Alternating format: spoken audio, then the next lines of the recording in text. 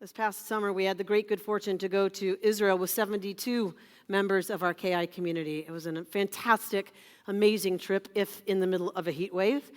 And on that trip, we spent lots of time talking as a community. And one conversation that happened on that bus I found particularly moving.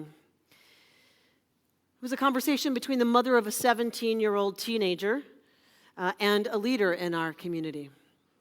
And the mom was talking to this leader in our community saying, I wish I could get my daughter to services, but she doesn't believe in God, she tells me all the time, and so she won't come. And so this leader in our community, in all seriousness, turned to her and said, what does God have to do with coming to services at KI? That is not the point of coming to services at KI. It's not about God. And the woman said, well, then what in the world is the synagogue community about? And she said, we are Reconstructionists. A Reconstructionist community is about connecting with each other. It's about connecting with each other in light of all of those things that our tradition tell us are important to be about. And this mom on the bus started to cry. Because she said, I wish someone had said that to my daughter when she was younger. So another parent in our community who has a 10-year-old who's supposed to have a bar mitzvah in 2 years, so they were talking about dates for the bar mitzvah, when the son told him, Dad, I don't want to have a bar mitzvah. And the father said, why not? And the son said, because I don't believe in God. And it would be silly for me to stand on the bima and stand with the Torah and do all of this stuff when I don't even believe any of it. So the father, not knowing what to do, brought his son to me. He said, okay, you don't have to have a bar mitzvah, but you have to have a meeting with the rabbi. So he brought his 10-year-old to me, and we had a conversation. And so the 10-year-old, after we visited so he could be comfortable talking with me, I said, so what's this with the bar mitzvah? What's happening with the bar mitzvah? You don't want a bar mitzvah. He says, no, I don't want a bar mitzvah. I said, how come? And he said, well, because I don't believe that God created the world in 7 days. I said, me neither. And he said, I think creation happened at the Big Bang. I said, me too. He said, well, I don't believe God gave Moses the whole Torah on Sinai. I said, me neither. And he said, I actually think the Torah was written by people. I said, me too. So we got into a very long conversation. If that wasn't the God that I didn't believe in, then what was the God language I was using about? What was this God business if it didn't mean coming down on a mountain or punishing people and rewarding people and looking down and making decisions about people's lives? If God wasn't a being with consciousness, why go to services? Why have a bar mitzvah? Why pray? Why become part of community? I don't think, and since I gave this sermon earlier today, I've heard, in fact, several more people tell me that this is not a question that's irrelevant for us, particularly as progressive Jews, as non-fundamentalist people of a faith tradition. What does it mean to be about something at this time of year, to be about these high holy days? What does it mean to be part of a community where God so often is accused of being at the center? When I started asking this question about how many of us really struggle with this issue of God and whether or not we truly believe whatever that might mean, I saw, while reading Psychology Today, an article called The Atheist at the Breakfast Table, about atheists and agnostics who are joining churches and synagogues in record numbers. Then I heard on Being, a wonderful radio show with Krista Tippett. It used to be Speaking of Faith. She had an interview with the Swiss philosopher Alain de Botton. And de Botton is an avowed atheist. He lives in the UK. And as an avowed atheist, he has founded a congregation called the School of Life. Because de Botton argues that we need the things that religion has. What we don't need is the doctrine. What we don't need is to say, okay, we're going to believe what our religious tradition tells us that hasn't changed from time immemorial to now. He said, because in our modern secular society, he says we've actually secularized badly. He said the modern secular education system is based on the idea that life is essentially a kind of fairly easy process to get through. So you need to teach people certain skills for the modern economy, like accountancy and microbiology and all of this sort of stuff. He said, but what you don't need to teach them is how to live, because how to live is fairly obvious. All you need to do is separate yourself from your parents, bring up some children, maybe find a job you like, deal with mortality, all of those really easy things. Then you confront your own death, and it's really all just very simple. You don't need guidance. That's the supposition we've made. He said, so you're supposed to know this stuff, and my question is how? I don't know this stuff. And the fascinating starting point of religions, all religions, is they start from the idea that we don't know how to live, and so they need to teach us wisdom. To me, nothing could be more true.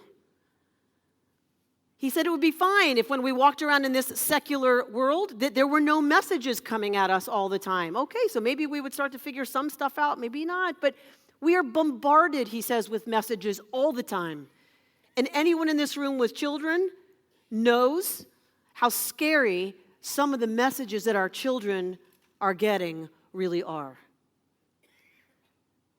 So he says it is important for us to place ourselves as a community, as individuals, as part of community, in a place where we will get lots of messages about righteousness and goodness, and lots of messages about how to improve ourselves, how to improve our relationships, and how to improve our lives, and as a result, how to improve the society in which we live. And he says one of the things that religions do well is that they arrange a calendar. They arrange time. He says all major religions give us calendars. A calendar is a way of making sure that across the year you will bump into certain very important ideas. He said, we don't think that way. In the secular world, we think if an idea is important, I'll bump into it. I'll just come across it. Nonsense, says the religious view. We need calendars, we need structure, we need to structure time, and we need to synchronize our encounters with those important ideas. So that's what we're doing here. That's what we're doing here this Rosh Hashanah, through the 10 days of repentance into Yom Kippur. What we're doing is we're bumping into a really important idea that our tradition has to teach. His words about this day, the Day of Atonement, are, it's a fascinating moment in the calendar in Judaism where people essentially say sorry to each other. You're given license, encouragement, structure to do something which would be mightily hard if you were left on your own, like, as I say, saying sorry. It's much easier to say sorry if everybody's doing it on a particular day, because then there's a sort of cycle of mutual apology and forgiveness, which makes the whole thing much more normal. We're very suspicious of ritual in the non-believing world, he says. You know, we think that there shouldn't be rituals, that the private life should have its own rhythms, and that no one should come in from the outside and say, today we're going to say sorry, and in a bit we're going to celebrate spring, and after that we're going to think about the ideal of humility. The idea is that you should do all this on your own and in private.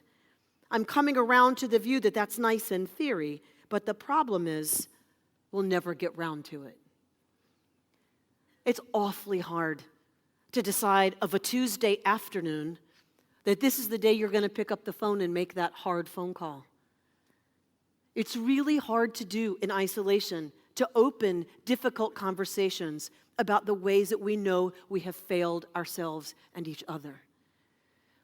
But when a wisdom tradition arranges sacred time so that we smack into that idea at the same time together, and we know everybody else is doing it, it opens up all kinds of possibilities. That is what this season, with or without a God concept, is really about. In the prayers that we're about to read together, the liturgy of Rosh Hashanah, Unatana Tokef, Kedushat Hayom, and Berosh Hashanah Yikatevun, the traditional understanding of that liturgy is about reward and punishment to some degree about the fact that God decrees for us a year of blessing or a year of bad things. That is not a Reconstructionist understanding of that liturgy. But there is a way to reconstruct that liturgy, because each of us in this sanctuary knows that we are frail, we are fragile, we are mortal, and therefore we have no idea what will happen in the coming year. At the end of that liturgy, we are told, Uteshuvah, utfilah, utzdaka, ma'avirin et roa hagezera. The rabbis tell us that teshuvah, tefillah, and tzedakah, and usually what you will read in English next is, cancel the evil decree. But that's not the Hebrew. If you listen carefully to the Hebrew, ma'avirin, what do those three things, ma'avirin, what do they cancel out? They cancel out roa hagezera, the evil of the decree. What is the gezerah? What is the decree in our Reconstructionist understanding? The decree is that we're human. The decree is that we're fallible, that we have a limit to what we can do, to how long we'll be here, to how long we'll be in good health, to how long we'll be able to keep doing the right thing without missteps. That's the gezerah. Teshuvah, tefillah, and tzedakah they really can, with or without a God concept, they can make that less evil for us. It doesn't change what will befall us. Sitting at the bedside of a 10-year-old, seriously ill 10-year-old, that is evil. It shouldn't happen. But what can get us through that are relationships that are strong and resilient and filled with honesty and compassion and love and grace and caring. The process of teshuvah allows us to have those kinds of relationships, allows us to deepen our relationships because it allows us to repair them and to let go at this new year of the ways we have failed one another. Tefillah, you might think you have to have a God concept for tefillah to mean anything. But the root of the word tefillah is lehitpalel. And in the words of Samson Raphael Hirsch, lehitpalel originally meant to deliver an opinion about oneself, to judge oneself. Thus it denotes to step out of active life in order to gain a true judgment about oneself.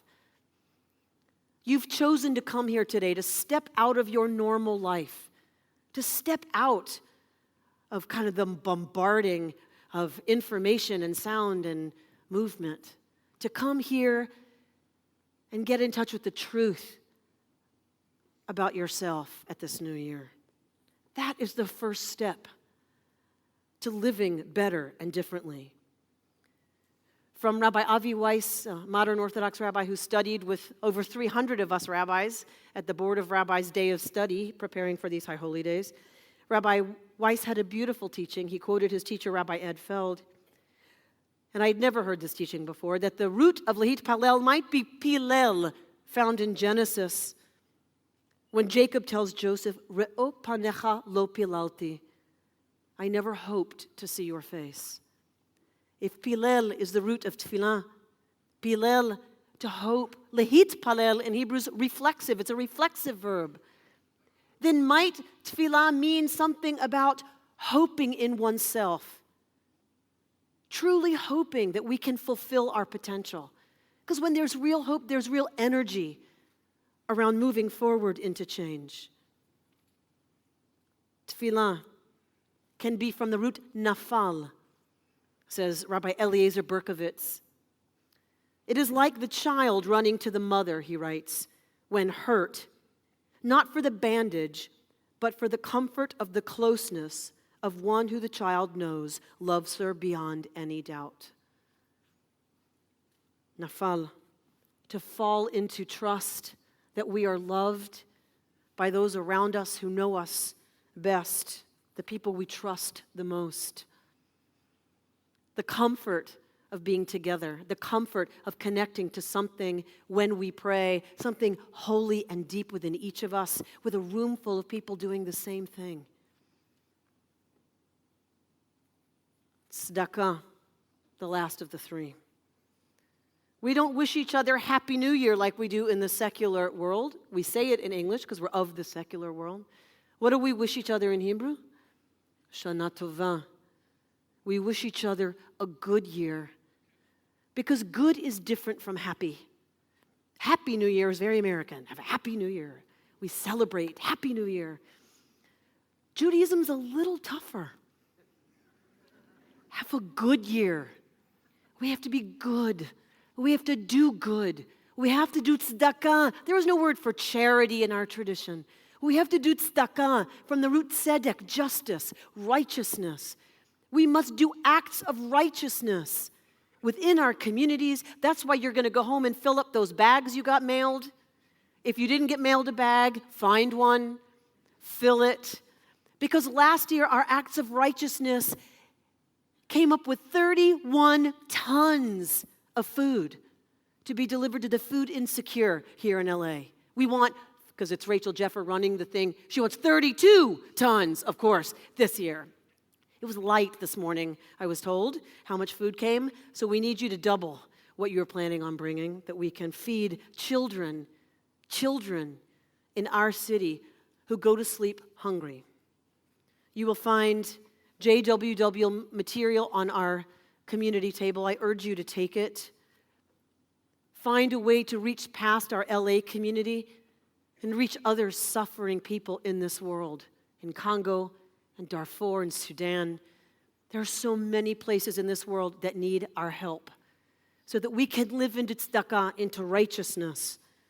There's ways to be involved at KI in our social action and social justice committees.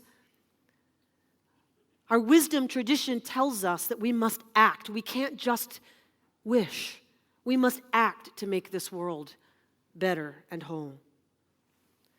That's why we come to services. That's why we gather Rosh Hashanah and Yom Kippur. I'll close with the words of Rabbi Stuart Weinblatt, who wrote, "Here in the synagogue, we can, as a community, express our moral outrage at the complicity of the world in the shedding of innocent lives. Here, we can condemn the carnage that is going on and see the parallels to the Jewish experience throughout the millennia, and to understand the Jewish imperative to act.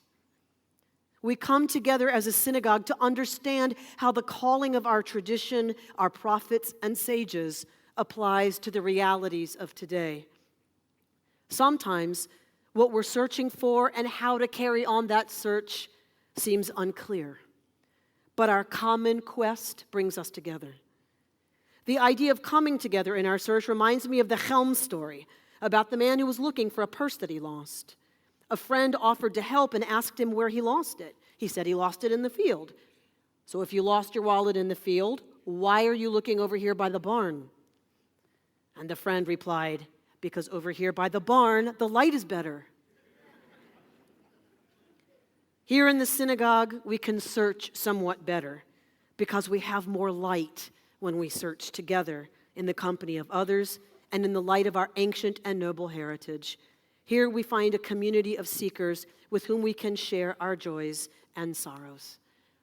As we go into this new year that holds we know not what, may we be strengthened as a community in the light of our tradition, strengthened to celebrate fully our joys and to hold one another up during our sorrows. I wish you Shana Tova, a good year.